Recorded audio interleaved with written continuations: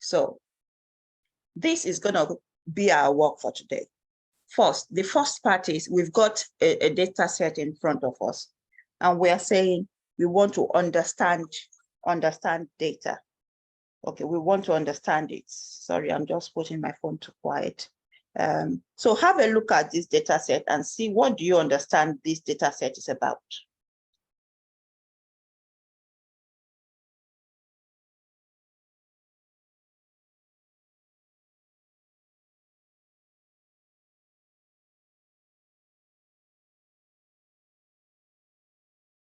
Okay, I think from the word date claim, it's more of an insurance data set. Sorry, I didn't get that.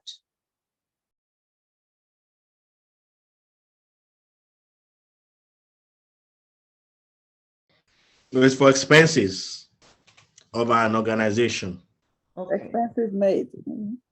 Yeah, expenses claimed in an organization by the staff. By the staff, yeah. They can see their names, the dates they claim them, the amounts, and we can see what exactly that claimed for.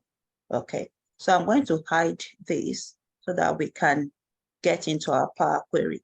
I like doing Excel work or any of the works a lot if I can in Power Query, because it just makes life easy to, do a lot of manipulation. Most of the time we are used to, having a blank Excel sheet and just getting data from different sources into the Power Query. But as a matter of fact, we can get the data from the data set itself, okay? So how we do that is, as usual, we have our data set opened as we have it, and then we go to data. Okay, it's always best to have this converted to a table, to be honest. So I'm going to convert this to a table. Okay, so a cell in it, any of the cells can be picked, and we go to insert, and we click on table. Okay, and when I put my cursor on here, we can see the dialog box that comes up. That's the shortcut. It says table in bracket Control-T. So if I don't want to come here, I just want to use my keyboard, I can just go on and press Control-T, and that's the shortcut to get the table done, very quick. So if you don't want to use the insert, then insert is one step, then looking for the table is another step.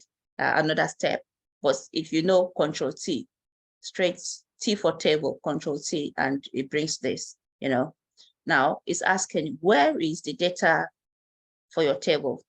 Now the data has been picked, and we can see the reference to it here from A1, which it has referenced there as absolute. That's the meaning of the dollars, the dollar signs that we see in front of A and in front of 1, up to D and to the last, the last row of the data, and we can see that is D526.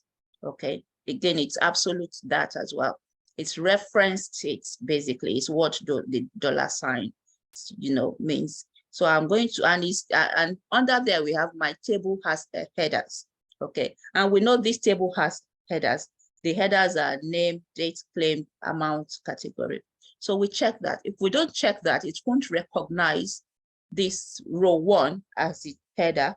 It will just put columns on the header without the actual names. So it's good to check that if that is right for your data. So I'll okay that. And here we go. We've got a table, a proper table, that is made for us. Okay. If I click on here and inside the table, if I click out, watch this space around here. So I'm clicking out, nothing's after Power Pivot. But when I click here, table design comes up.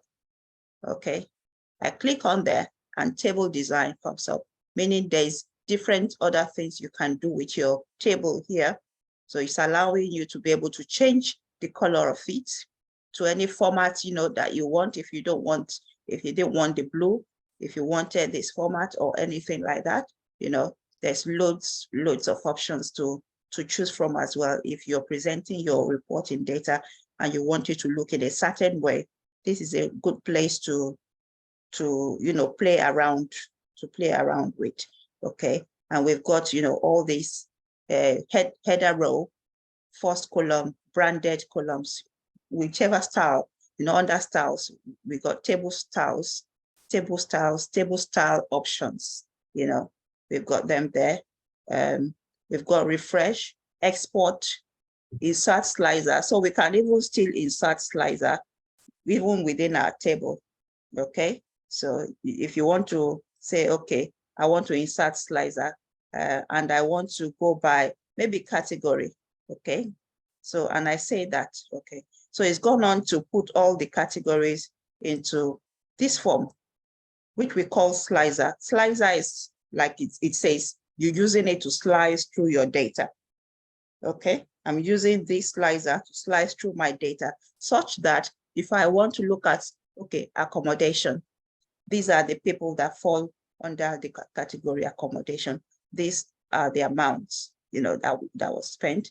And these were the days, that, those claims were made for accommodation. Same goes for bank charges, computer equipment, and so on and so forth. Okay, and I can unfilter if I want to unpick the computer equipment I've picked here. I can, unfilter that so that every one of them is now being picked. And even when you click on your slicer, you've got an option for slicer here as well.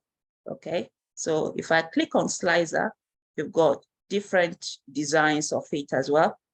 The name of the slicer caption, you can see category, the slicer setting, that's the slicer setting, different settings you can put in your slicer. Display the header or don't display. If I don't want header, if the header of it is so obvious, I don't want it to show, I will untick that. Okay, if I want it to be in ascending or descending order, if I want you to use customs list when sorting, whatever that means. Customs list is another aspect actually that we can look at some point. It's a kind of an automation you put within your Excel setting, such that maybe you've got you've got a certain number of companies in your workplace that you use their data. Okay, and you want to automatically be able to enter them, their information on your Excel sheet in a particular format. You can actually have them stored inside your Excel setting, such that immediately you start typing the first name, the other ones come and you don't have to retype them all the time. It's in that 12-hour video that I said we should watch, and we can also have a look at it, because I think it's an important, thing to know about Excel as well. So if you wanted to use a customs list for sorting, you can come here and take that, hide it, hide items with no data. So if there is any item here that has no data, I can decide to choose that, and it's grayed out the other options immediately. Visually indicate items with no data or hide it.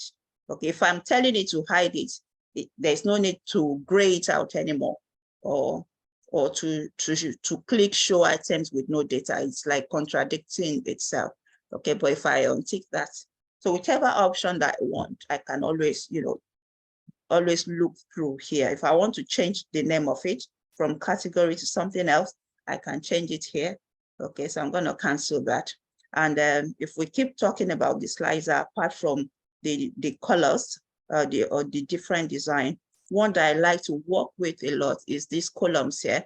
So because sometimes you want to see all of it, you don't want to need to scroll through if the list is so long. Okay, so you can always arrange to have more than one column. I can decide to increase that to 2, or 3 even, and just and just have every one of them displayed out like that.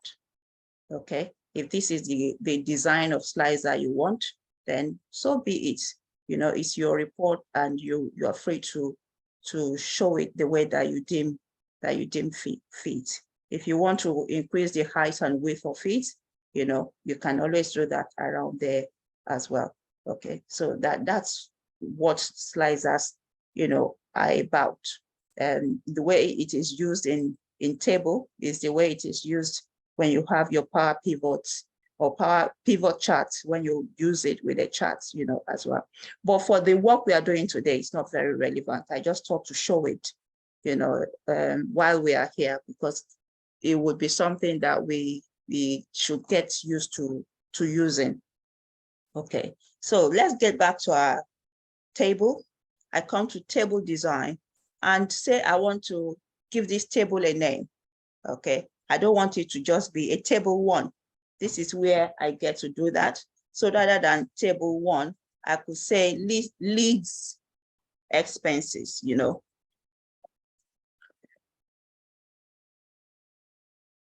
Expenses. Okay, and I'm going to just enter that. Says the syntax of this name is incorrect. Verify that name. So I shouldn't have used a space like I did.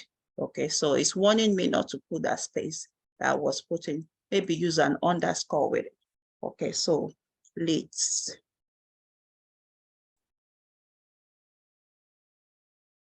Okay, this should do it now. Okay, let's see if that works. Okay, so that's been entered through. So that's something to note. It doesn't want any spaces. Just write them together or put an underscore. If you've got 2 words, and we could have just put leads, and that would have been it. Okay, and there's a whole lot of options here that you can, you know, look through for table. Under table design, summarize with pivot table if you want to use that. Remove duplicates. I didn't realize this was there. Convert to range. So you see how we changed this. It was in a range, you know, what the format we had before changing it to a table, that is what we call range. Say I don't want a table anymore, okay? And I just want to convert back to that previous format. I'm just going to say, okay, convert it to a range. It's asking me, do you want to convert a table to a normal range? Yes, I want to, okay? And although it didn't remove the color, okay, but this is no longer a table that we had, and we can see when I click inside it, we don't have that table design option anymore. So that's how to convert to table and back to range, to work to, you know, flip between the 2 formats, the 2 forms of data sets that you can, you know, have in Excel. So let's go back to our table. Let's have that back. And let's have this back as leads expense.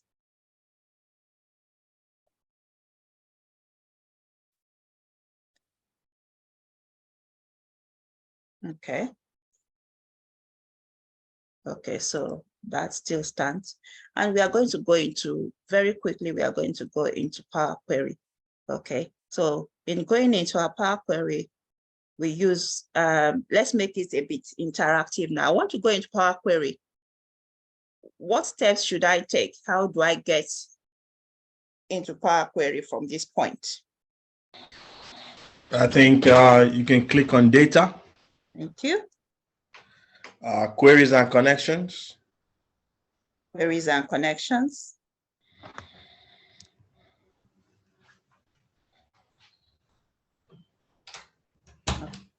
So it's saying 0 queries, 0 connection. And what that means is we've not even been into Power Query just yet. You know, we've not taken anything at all just yet into Power Query. So it's not really recognizing any queries and connections because we've not even done anything query just yet. So what we should do here is, you know how if this was a blank Excel sheet, we come to data and we say get data. And then we get the data from wherever we are getting the data from. If it's from file, we go on PDF, text, CSV, Excel, SharePoint, or database, quite a lot that we can get the data from. But in this case, our data is right here in front of us. It's in this table, okay? So we're just gonna say data, rather than use the get data, we can say from table/range. So from this table that is here, or if we didn't convert this to a table and it was still in the former format, in the range, that it was in. So this is the option that we are going to say. We are going to get it from this table here. So we say get it from the table/range. And here we go. It opens the Power Query editor to us. Okay, and it's brought that data, it's brought it in. Okay, it's brought that same data that we just saw now. It's brought it into Power Query. Sorry, thanks very much, Tolu, for that response. I should have acknowledged earlier. Thank you very much. Yeah, Okay. thank you, Sister Debbie. Just a quick question. So this is very interesting to me as well, because I learned something new now. So this doesn't give us the opportunity to, the load and transform that is usually at the bottom. Do we have it on this? No, because we already have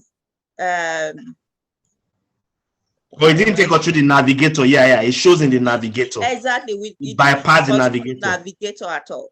So we don't need to say transform anymore. Okay, bypass that navigator. Yeah, exactly. Just to brought us straight to the straight into Power Query. Query edit. That's the difference between getting it from a particular source elsewhere and getting it from within the data set that you already have.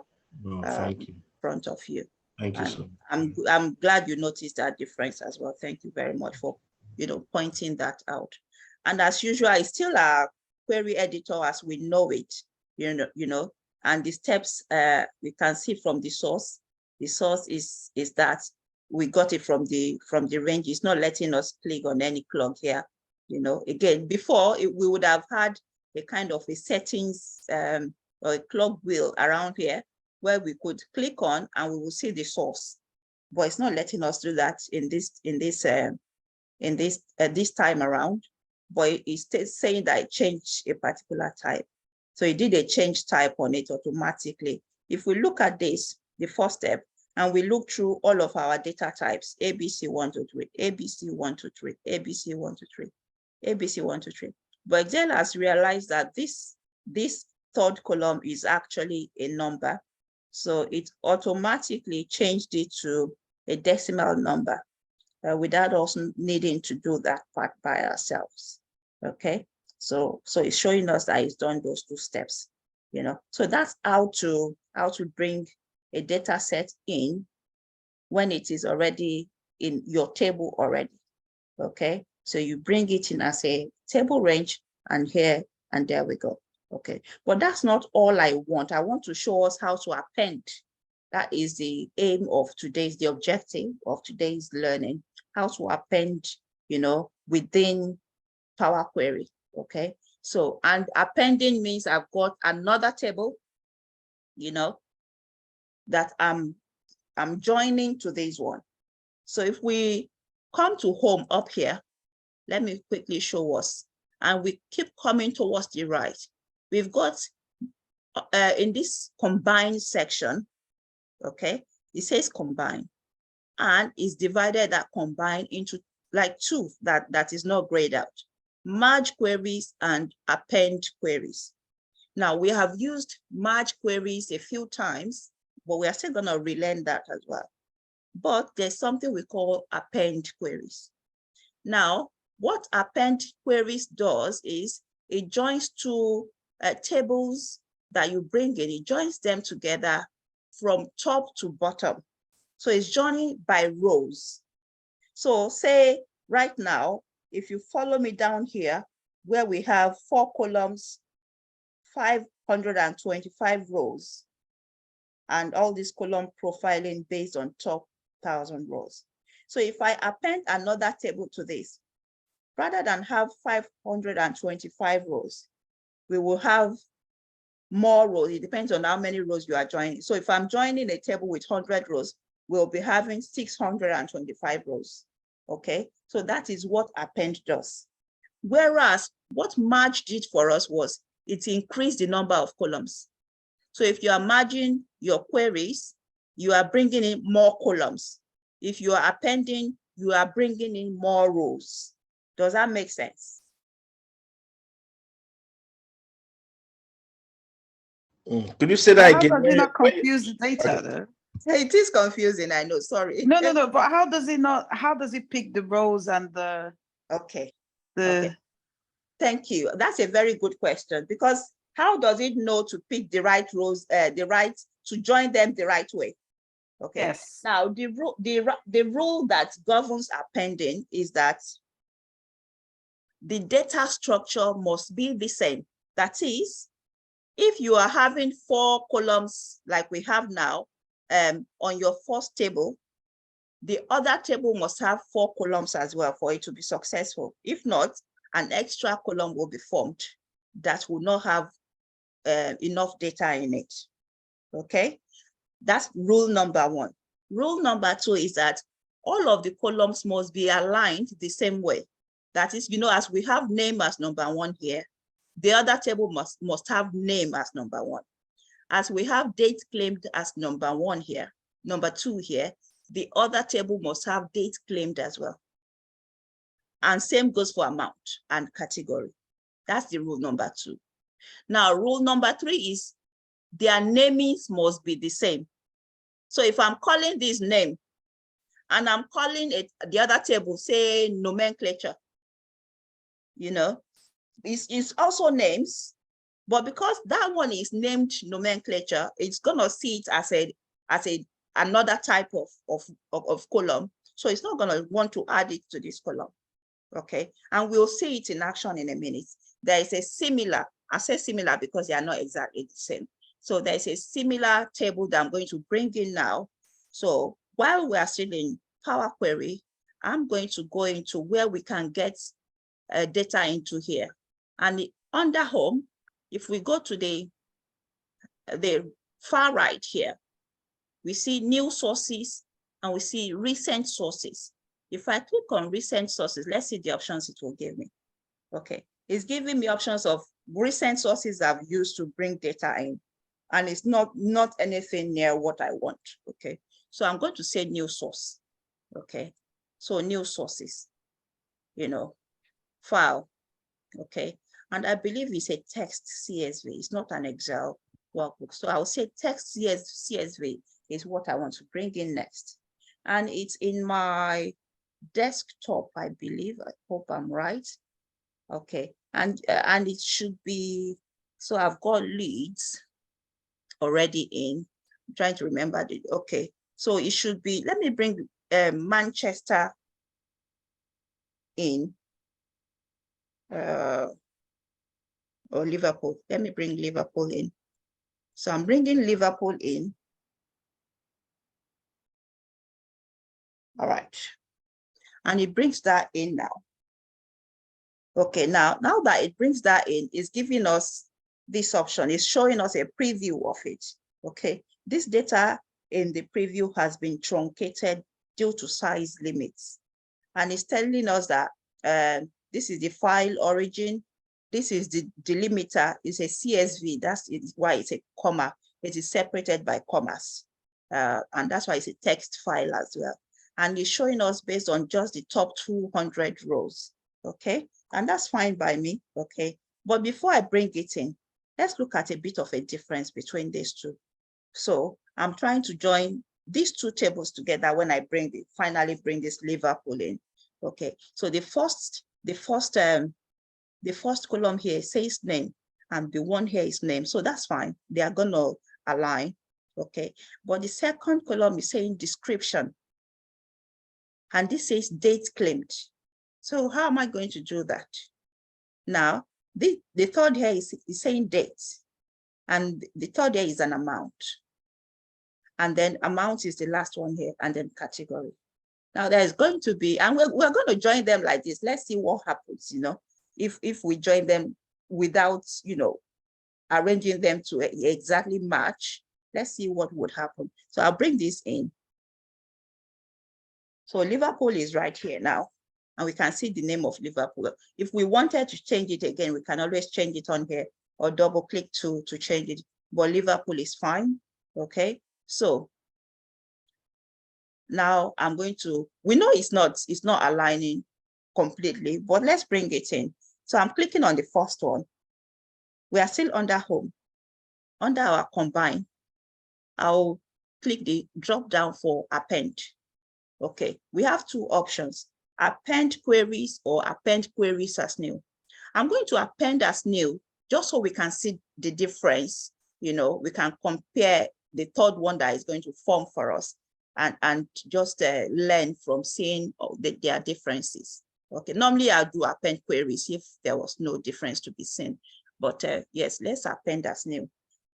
So it forms a third one, but it brings this dialog box. We are joining. Concatenate means join or combine, okay? And it's a common word in the world of data. Either you say concat or concatenate. So concatenate rows from two tables into a single table. Two tables is what we are. We can do three at a time as well, but we've got two at the moment. So the first table, we've picked it already. It's, you know, acknowledged that it's leads expense. Now our second table, we have to pick ourselves.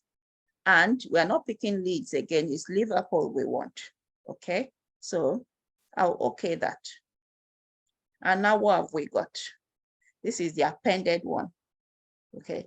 Now, it's joined all the names together because we can see the profile is 100%, no error, no null. So it's happy with names. Now, date claimed and date, it hasn't joined them together because their namings are not the same. Data types maybe are okay, are the same, not even the same actually, because this data type is date. This data type here is date time, is using this date time. So that's a problem. They're supposed to have the same data type as well. So data type is not the same. Naming is not the same either. Okay, so what it has now done is it's formed two columns for them.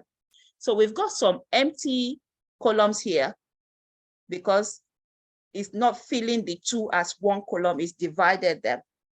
So we've got half of this empty, half of this empty.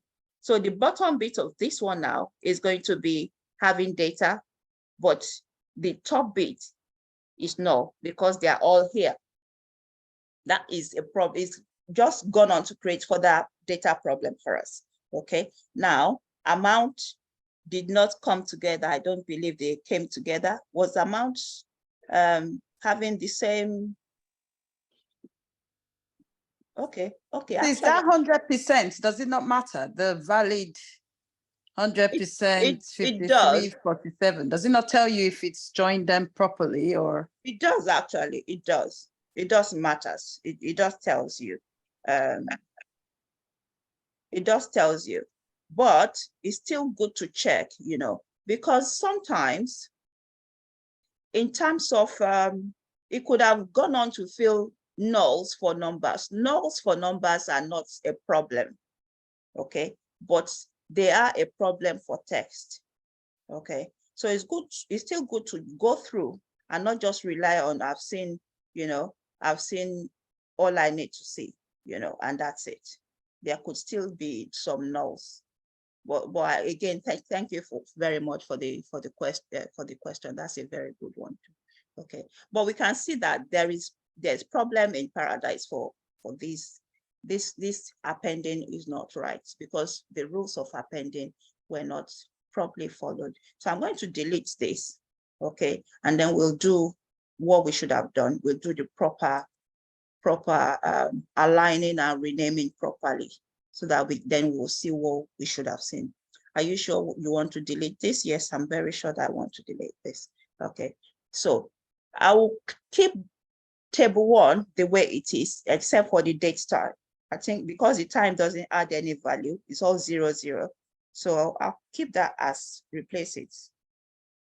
Okay, so then we're going to have to change everything in Liverpool to fit what we have up here, or the other way around, whichever one it is that really suits, you know, your purpose. Okay, so name, description.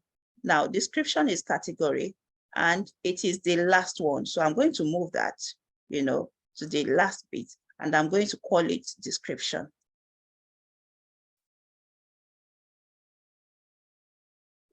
I'm going to call it category rather, sorry.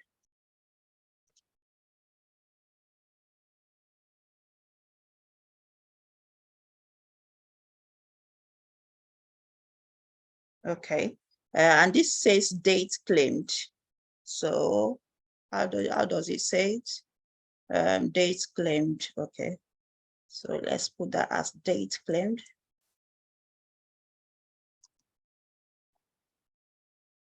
Okay, and I think we should be fine now. Name, date claimed, amount, category. Name, date claimed, claimed, that's not right. Let me see if I can correct it here. Claimed. That is the right spelling for claimed, isn't it? I hope I'm right. Yes, you are. If the spelling was wrong, it won't take it as well, would it? It won't, no, Okay. because it's not exactly the same. Okay, now I think we are free to append in peace. Okay, so again, we'll merge as new just so we can see the difference if there is any in the end. So we need Liverpool and is an okay. Okay, and we've got our four columns, and we've got 100% valid for all of them. So now there is a proper marriage, between the two tables. And it's true, we can't be unequally yoked, Abby. How do they say it? We've got to have the same mindset for us to be able to gel, to work together. So I think I love. We'll have a Tower of Babel situation. You said what? I said otherwise we'll have a Tower of Babel situation. You see, exactly. Exactly, so that's just the rule for appending. Okay, and if you notice, to append, the rules are name them same way, align them or arrange them same way, and let their data types be same way. In this case, what we normally do when we merge, where we're looking for a common column before we can join the two tables, does not apply as long as those conditions are met. Okay, so if I bring it, let's name these Leeds Liverpool, so to say. Leeds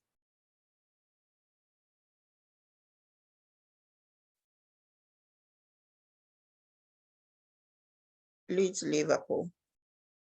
Okay, so now I'm going to bring in a third one just to round today's class on appending, up. I'll bring in a third one, which is the Manchester one. Okay, so if we go to, let's see, if we use recent source. Okay, I don't want to repeat this, so I'm going to go to new source. Okay, and it's that, and it's a text file, and it's on the desktop, I'm sure, and it's the Manchester one. So let's import this, and let's look at the two. So we want to append Manchester to the Leeds Liverpool. Okay, we can even already see, who can tell me if this is going to be, if we do straight away direct, if this is going to be a yes or a no? Would there be, are they going to agree? No. No. Okay, They are not aligned. The names, the data names, types. the Okay, so names are not aligned. columns are not. The columns are not at all. So we can already see the work to do before we do anything at all. And I think there's even 5 for this one actually. Okay, yeah, there's a date page, so it's got 2 dates. So there's a date page for people of Manchester, and we can't really throw that out. Okay, so we might decide to keep that as the last one, so that if a 5th column is formed, that will be empty for the other ones, but not empty for, and that's allowed, and not, and because if the others don't have dates paid in their own data, well, so be it. These ones, we can't throw their dates paid out, you know, and sometimes it's good to ask whoever is asking for the report if it's okay to not include the date paid, just to make the report look good. But if it's needed, it's needed. So we have to bring it in. In this case, we'll say it's needed. So okay, that.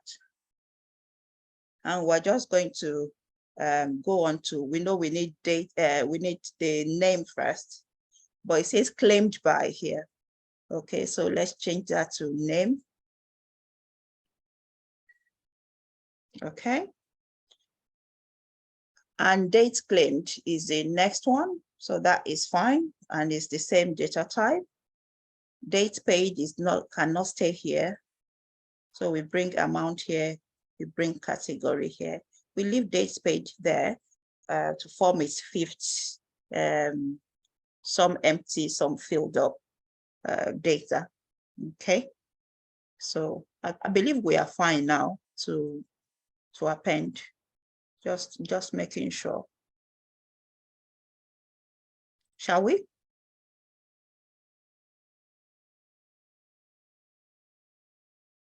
Is there anyone who is not happy with this union? They should talk now. I'm sorry if I'm taking us back or if I've missed something. Okay. We're trying to append a 5-column table. Yeah. With a 4-column table. That's correct. Is that okay? Well, in this case, we are going to have to okay it like that, because the fifth column, what would happen, and let's do it and see what will happen. What would happen is some dates will be null, but this date paid, those who have paid and they have dates that they have paid already, we are not going to lose them. So it's going to form a fifth column, right, with the data for those who need it, acknowledging that those other ones don't have it and they don't have it. So we could need to, you know, put some conditional statement in that where it is null, where the date is null, date is just not date's not confirmed yet. We can always do that within the data, because the fifth column is an important column to this report. If it wasn't, it can always be thrown out. Thank you, Sister. You're welcome, sir. So are we saying yes, let's join them?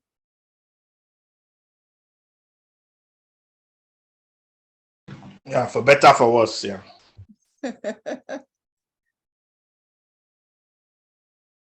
Okay, so we are appending as new, just so we can see. We are appending Leeds Liverpool with Manchester. Okay, and we okay that.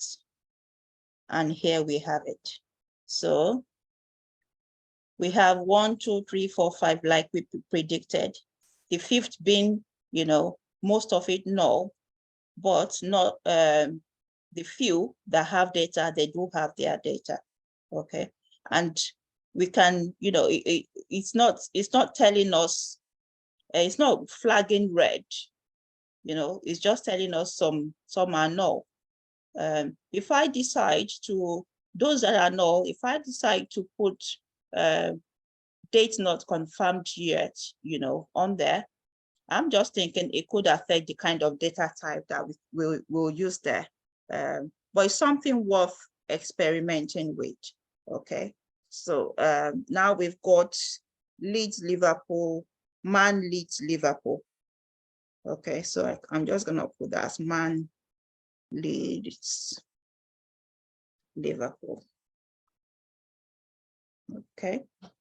And we've got our third one there. Okay. So how we put that conditional statement in, if we wanted to put it, is we form, actually, we can replace, actually, let's see, replace null, replace values.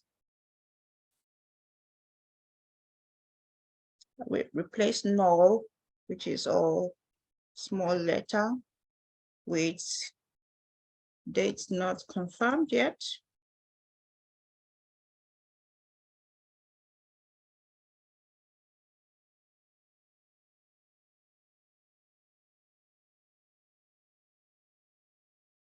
Okay, and it's already flagging that I can't even put that in. See, it's thinking no way, you know. So is it because of the space?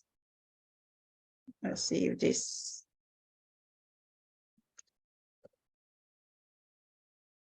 Okay, so it's not letting me, and I think it's because for this dates column, null is rather preferable to having a text there.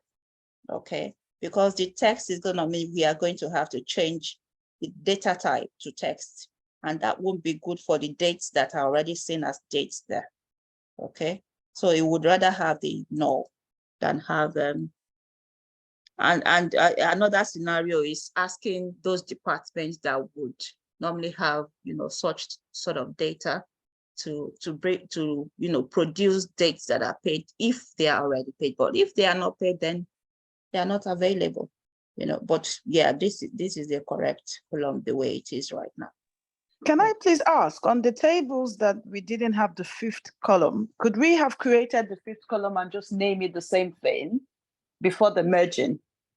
If that information was available, yes. No, the information is not available. We are creating a null data we're creating a column that's got nothing, but we're having the data identify we've got a fifth column, which may then come in later, which may be useful later. Can we not just create the name, not putting any data in because there's nothing in, but just creating the name? So when that merging was done, it would have merged that column anyway, even though that data for those particular ones was not there. Do you get what I mean? No, I didn't really get that, but I was just gonna say, you know, the beauty of Power Query is this, that each time something changes in the original data that you brought in, say for example, you've done all of this now, then all of a sudden there's dates, you know, we have those dates available. What happens is this column is already there available. We go into our source data, the data we picked all of this from, you know, our source data. Whatever updates is made into Leeds or Liverpool, it automatically gets picked up in your Power Query, as long as Power Query is talking with the source. Right. And we'll do an example of that now, actually. Okay, so let's say I go into Leeds now and make some, remember Leeds had, Excel can't do this because I'm using it already. Okay. Let's see if it will let me open another one of them. It should normally let me open that. Okay, so we see for Manchester, right? Manchester has 727 rows. Okay, so I'm just going to quickly see if I can open Manchester data. Or Leeds is open, that's why. Is it? Let me see. No, we are using it as the Power Query, you know. So let me open Manchester. Okay, yes, no. Okay, because it's in use in Power Query, it's not letting me open it. So if I close this, right? Let me close this and we can always come back into Power Query. Let's see if we can quickly do this before 8 o'clock. Okay, so we've got all this close. I'm just gonna do close and load.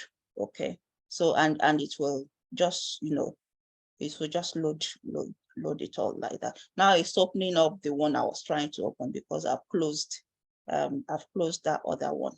Okay, so I've done a close and load.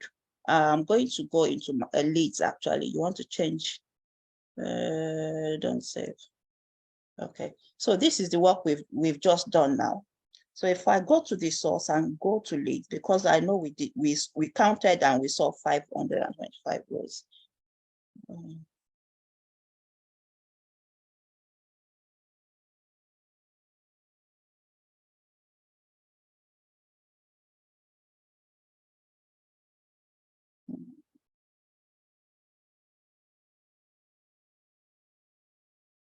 Okay, so if we come here, actually, we should be able to do it here.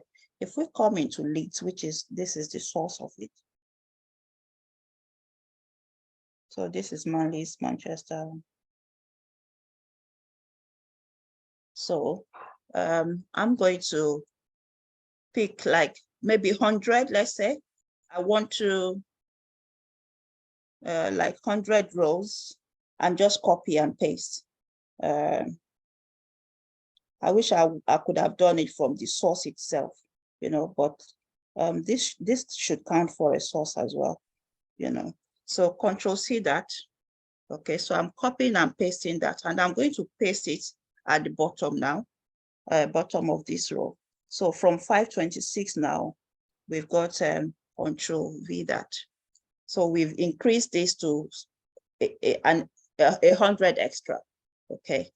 So all I just need to do is come into my table here, go into edit. We are back in Power Query, okay? I may need to refresh just so it picks, you know, that change. So I'll refresh that, okay? And if we look at, we are still on leads, and it was 525.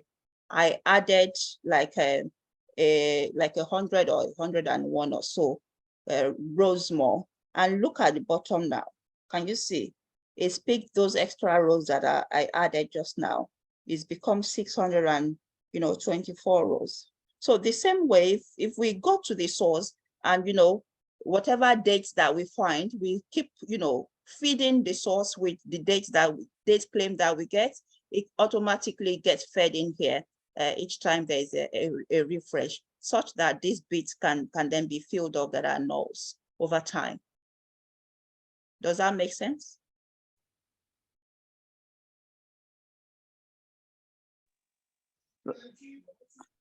Okay. So it's done it on the merging ones as well. Definitely, because Okay. it's all fed down. So it's definitely done it on all of them, because I told you to all of it. So this is the beauty of bringing your work through Power Query, you know, because whatever hard work you did for the first time, any further updates that are put in your database or data source, they just get automatically, you know, picked. Let's say we've done all of this, we cleaned our data, we built the reports, everything just, you know, with just a click of a button, they all just get picked up, and that's a form of automation you have put into your work, making life easy for further work that would need to be done around, you know, that data as your data keeps growing over time. Do we have any more questions? Any question at all? Let me stop